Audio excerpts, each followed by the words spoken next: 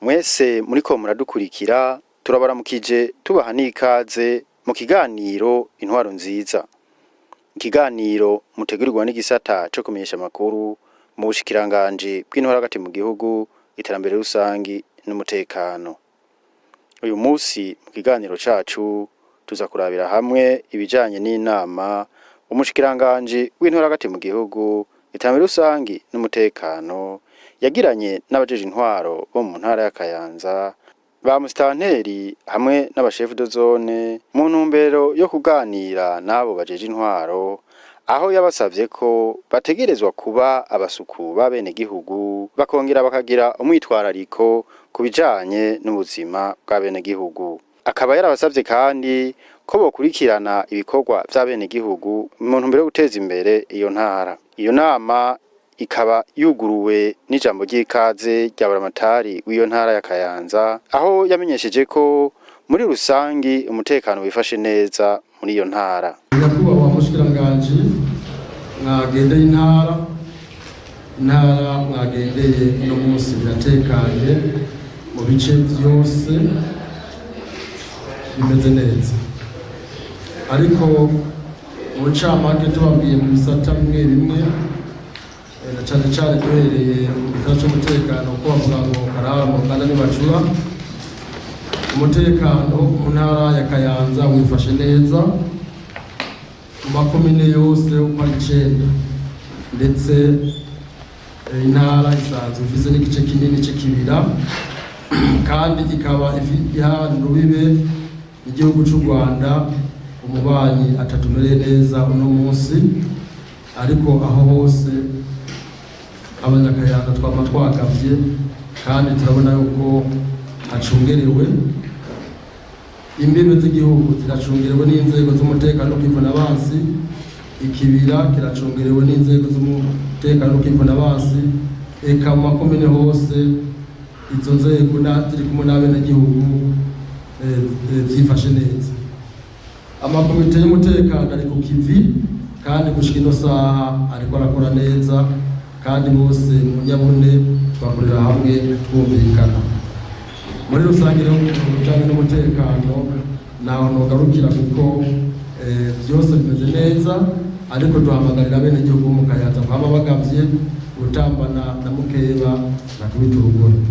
Mu gisata c'uburimyi n'ubworozi, buramatari w'intara ya Kayanza Colonel Cishahayo Remi akaba yarashimiye leta y'u Burundi kuba yarashinze igiciro ku mwimbu w'ibigori. Ivyo bikaba vyateye intege abarimyi. Igisata c'uburimyi n'ubworozi, iyimbura ririko riragenda neza. Mu Kayanza twarimuye ibigori byinshi cyane byarimwe muci. Twarumvise akamo ka nyir'icubahiro w'igihugu cacu General Major Evariste Ndayishimiye ko umwaka twogira amasezo 3. Ivyo abanyakayanza baravyitabiriye ku buryo mu gihe c'umuci twarimye ibigori byinshi, ari navyo byariko birasarurwa, kandi umwimbu urashimishije gose. Hamwe tubona yuko hazoboneka amatoni ibihumbi n'ibihumbi by'ibigori muri uno mwaka. Tugashimishwa rero n'ingingo ya leta y'u Burundi, leta mvyeyi, leta nkozi, ukungene yarayishinze igiciro ku kilo c'ibigori, aho ikilo c'ibigori kizogurwa 1,700.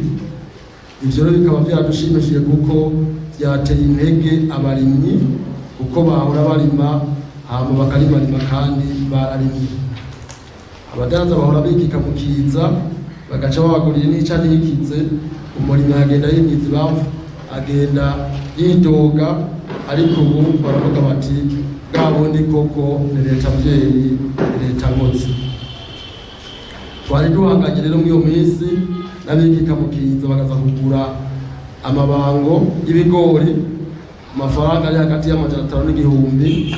Mugabo abo bose twarabatujije kuko twaciye tuvuga tuti uwatanze ayo mahera yarasoroye muri muzo soromwa na bene bo gushika ubu nta muntu n'umwe turumva nta njyane n'imwe aho byabaye bari mu mirima nibo bariko barasoroma imirima yabo. Ku bijanye no gutegurira irima ry'impeshi naho nyene turi ku kivi, ababijejwe barongoye muri n'ubworozi n'ibidukikije mu ntara bari ku kivi aho bariko barakurikirana imyiteguro y'irima ry'impeshi, kandi tubona baravyitegura kuko abenegihugu bararishe ya mafaranga y'ibanze barima kugira ngo bazoronke umwavu wa fomi. Ubu rero tubasigaye kugombora mu gihe hazoba hageze. Mu burimi n'ubworozi nyene hariho indwara yateye ibitoke bita ronyabitoke, aho duhamagarira abenegihugu aho yateye ko babirandura byose bakazimanganya ibimenyetso byose by'ibyo bitoke kugira barindire amezi 6 arenga gatoyi basubire gutera bishasha mu gihe iyo ndwara iba yazimanganye. Ku bijanye n'imibano na politike yaramenyesheje ko imibano yifashe neza muri iyo ntara ya Kayanza, abenegihugu ngo barasangira akabisi n'agahiye, amadini nayo nyene ngo akaba abanye neza. Ku bijanye n'imibano na politiki, imibano yifashe neza mu ntara ya Kayanza, abenegihugu barasangira akabisi n'agahiye, barasangira kagwa, barasangira vyose. Amadini akorera hamwe, nta njyane z'amadini ihari ngaha mu Kayanza, nta njyane y'imigambwe yemewe n'amategeko ihari ngaha mu Kayanza. Imigambwe yose ikorera hamwe, nivyo tubigisha. Nejo twari dufise inama hano y'indongozi bw'intara, nivyo tuguma tubwira indongozi aho ziri zose bagume bigisha amahoro aho baherereye hose. Muri make yifashe neza. Bijanye n'igisata c'ubutungane naho nyene turashima ibiriko birakorwa kuko twari twihaye umugambi kuva mu kwezi kwa12 kuko imanza zose zaciwe mu rwose zirashikwa mu ngiro, zose zishwa mu ngiro. Rero abacamanza bo misana y'intango no misana muri Gihugu baciye baja ku kivi barakora birashimwa, keretse yuko twagiye duhura n'intambamyi yavuye ku gitoro bigatuma abarongoye amakomine babura igitoro kugira ngo bahereze imodokari abacamanza bagiye gushira mu ngiro imanza. Ivyo byatutwononeye gatoyi, mugabo nubwo byabaye uko abacamanza ntibahagaritse, bagumye babandanya gukora ku buryo imanza 85% zashyizwe mu ngiro. Tukifuza rero ko uyu mwaka dutanguye mu 2024 kuzobandanya impaka zose zirangiye hamwe atarubanza na rumwe rwaciwe tuzokuma turashirwa mu ngiro. Umushikiranganji w'intwaro hagati mu gihugu, iterambere rusangi n'umutekano akaba yarasavye abajeje intwaro bari muri iyo nama ko kizira gufata minenegwe imyidogo y'abenegihugu. Yagiriye ko abasaba ko bogwanya amarigara muri iyo ntara mu ntumbero yuko iyo ntara itera imbere. Abanyagihugu emera abaturi bazo bafise bitorera inyishu, cyo ushaka gutorera inyishu mu birunge kwa musanteri mugoye bikora amatari byanse adizanye wanyu. Birumvika ajya mu message abanyagihugu biwanyu baguma barungika bazirungika kwa president, kwa ministre, kwa buramatari, mwe babasije nukuvuga ko iwanyu hari ingorane uri akatu. Kirazira kuzamufata minenegwe imyidogo imibabaro y'abenegihugu. Nta na kimwe byose umutekano muri ko muravuga ngo muri ko murapanga, byose ni zero mugiye mutari operation n'abenegihugu. Mwebwe mwikosanzwe mukorere abenegihugu kuko mwagenwe mubyemeye, utabyemeye yavuze ati jewe ntabyo nshoboye ndari mvuyemo, kandi benshi bamaze kubireka. Rero siniko ndavuga mwebwe abashinzwe zone abadministratif gusa, ngiwe ari wese ari ngaha. Ce sont des voix. Ushira abantu ku kivi, abenegihugu baje ku kivi, tugwanye abantu birirwa bicaye. Nibo basoma birirwa batwiba. Buramatari yatubwiye abantu ngo bakuri bangu. Buramatari wagize neza ijya n'ingingo y'umuvyeyi. Nta nta kuntu abantu birirwa bicaye boza kugura amabango y'ibigori baje kurya bene kurimba basigare bifumbereje. Uwayaguze bajya ni nk'abandi b'umugwazo nico kimwe waguze ayo mabango mu mukingi wayagurishije baramusororeye nawe azosororera uwashatse. Dushobora kuja imbere y'abantu twita abantu ba VIP kandi atatu tumazi dupange neza ibintu bigende neza. Ikindi naco hariho abenegihugu tubashire ku kibi byanse abamarigara bamusanteri baronse konsinyi murafise ibikorwa mu makomine nabashe kudozone muducungire n'abandi bose mudufashe abanyamarigara bose tubajane mu bikorwa bya komine bace bataha. Birumvika bace bataha. Baravuze ibintu by'abantu banywa inzoga zikaze bakaburirwa darari no gupfa bakapfa. Message ni simple, bafate bose mubashire mu gasho muri detention preventive zibavuye ko bareke bataha. Ko mubaca amande nawe nyine batakonye akaba yagiriye ko abasaba no kubungabunga umwimbu mu guhimiriza abene gihugu mu kuwucunga. Yongera basaba kuzuzanya mu kurangura imirimo yabo ya misi yose. Mucungere umwimbu wabonetse w'ibigori mugo biharage ntawo dukenya dufise turashobora gusanga babura amatene n'abwiye kumwira bitwaramo. Turashobora gusanga haje abantu bakawegeranya bose kugira bace kwaje guspekira ko yabonye yuko atanu ibiharage dufise. Mukingire ntagira abakoriteri baza kwegeranya ibiharage.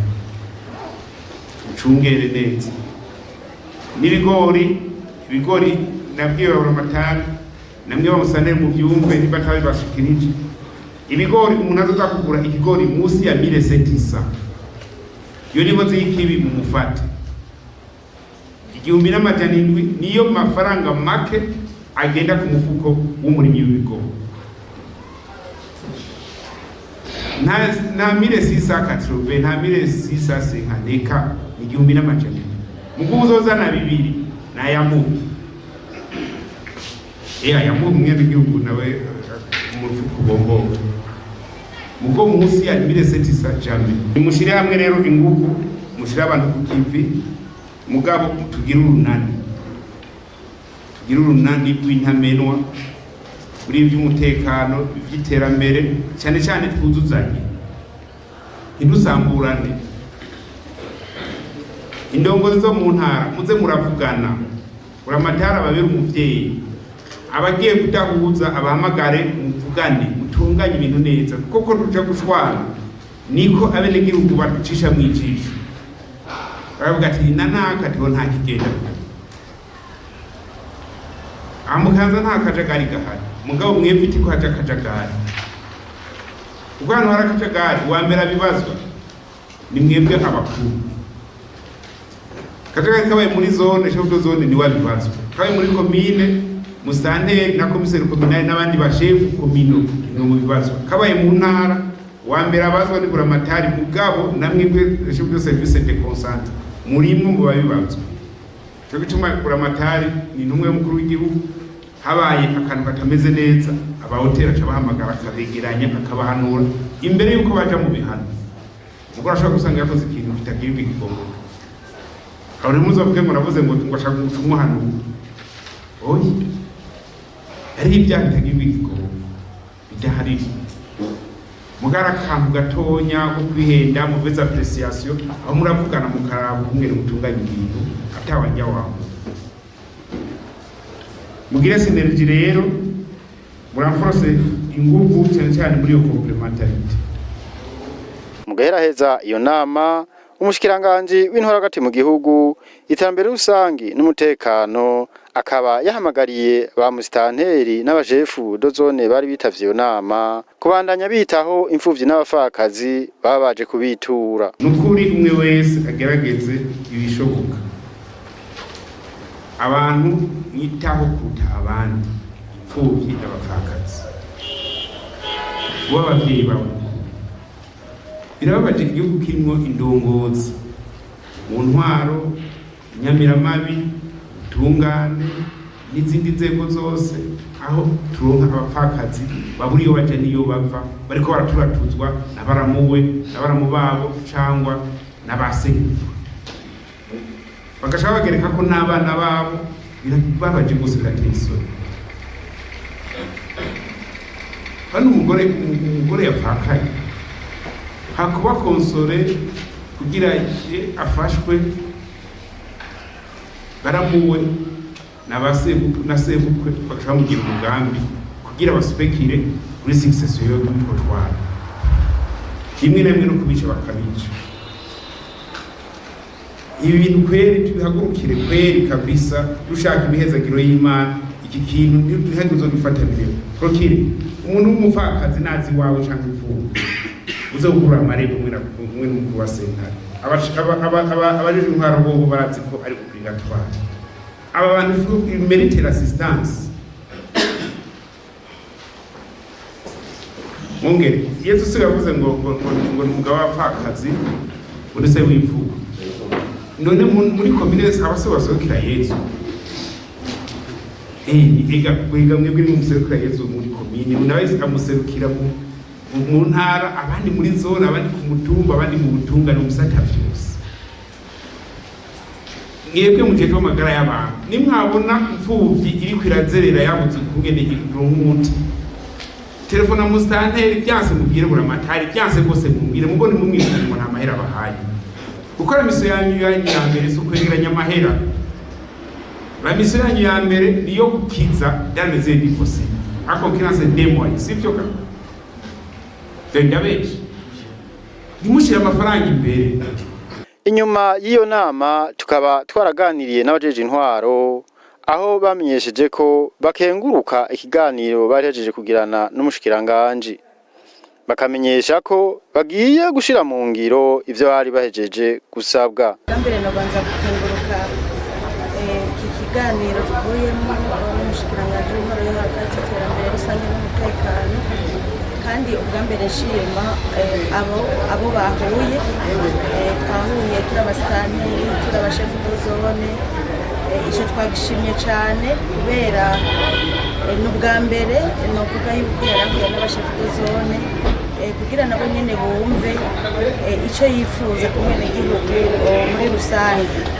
Ico ikintu ca mbere rero cadukoze ku mutima, kuko tubona ko bizotugirira akamaro mu kubandanya kuba hafi y'abenegihugu, kuko rimwe na rimwe bo bategerezwa kwegerana cane abenegihugu mu mazone, mugabo hari igihe usanga bariko barabikora kuko bitari bikwiriye, ntibamenye yuko umutwaro wa mbere bafise ari wo kumenya imyitwarariko y'abenegihugu, hama ivyo bibananiye gutunganya bagaheza bakabitoha muri komine. Kenshi na kenshi rero wasanga na twebwe turuha kubera nibwo dusanga tuja kwegera abenegihugu cane gusumba n'abashefu b'zone. Ico rero ntobanza kugikenguruka bwambere.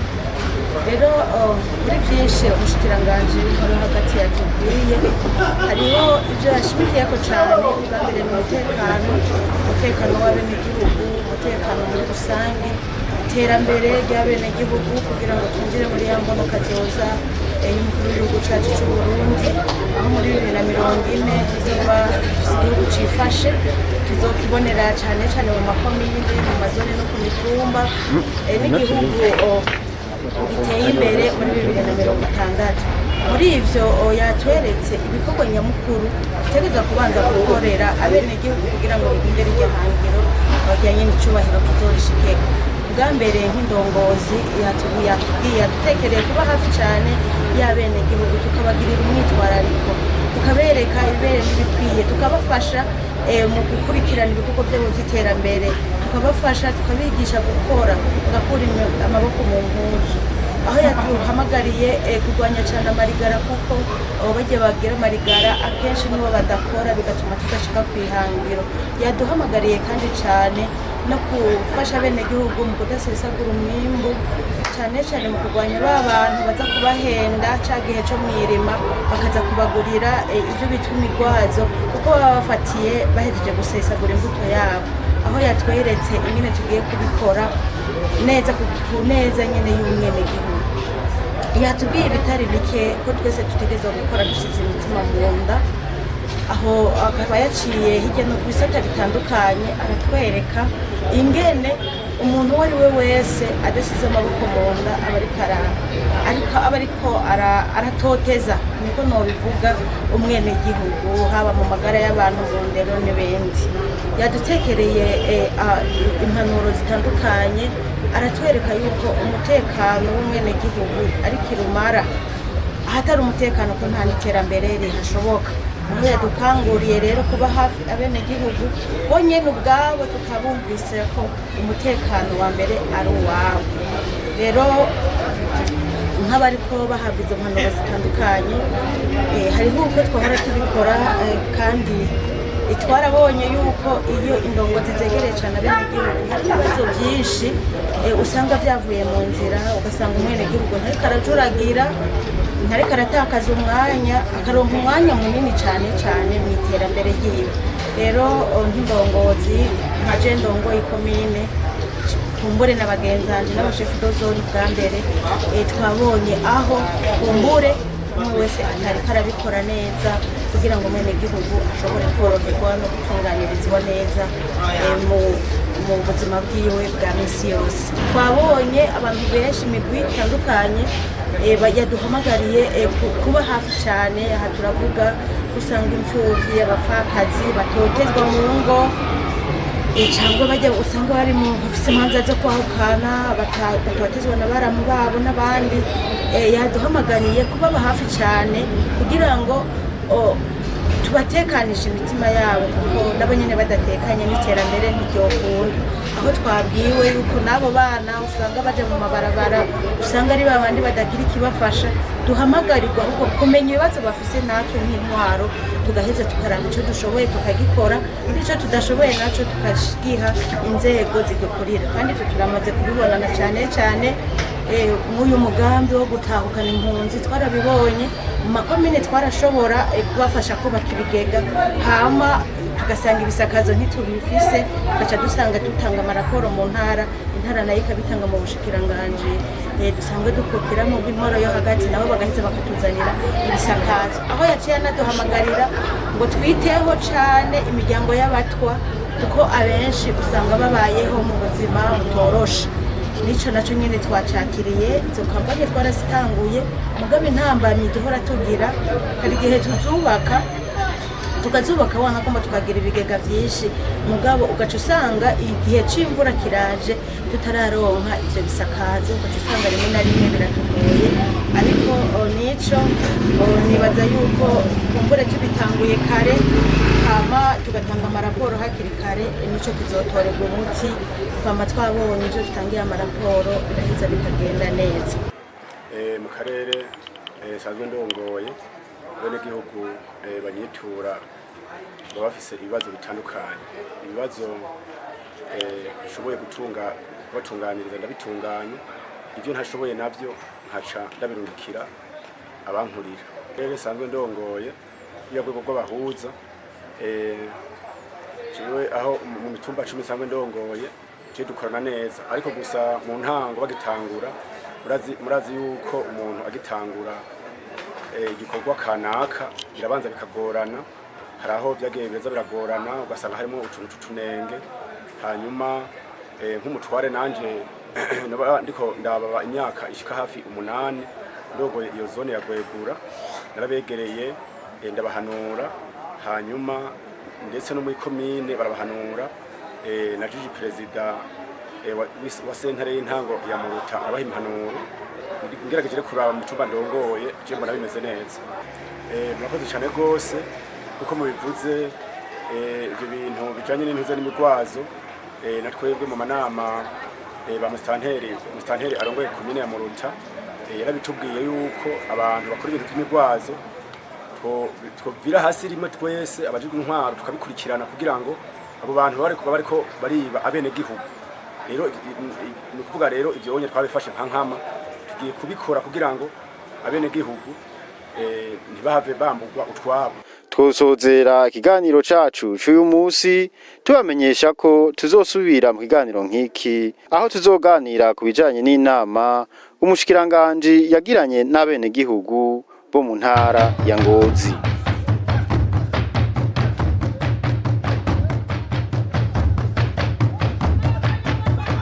Uri Gihugu gitengatiye ivyiza vyinshi cane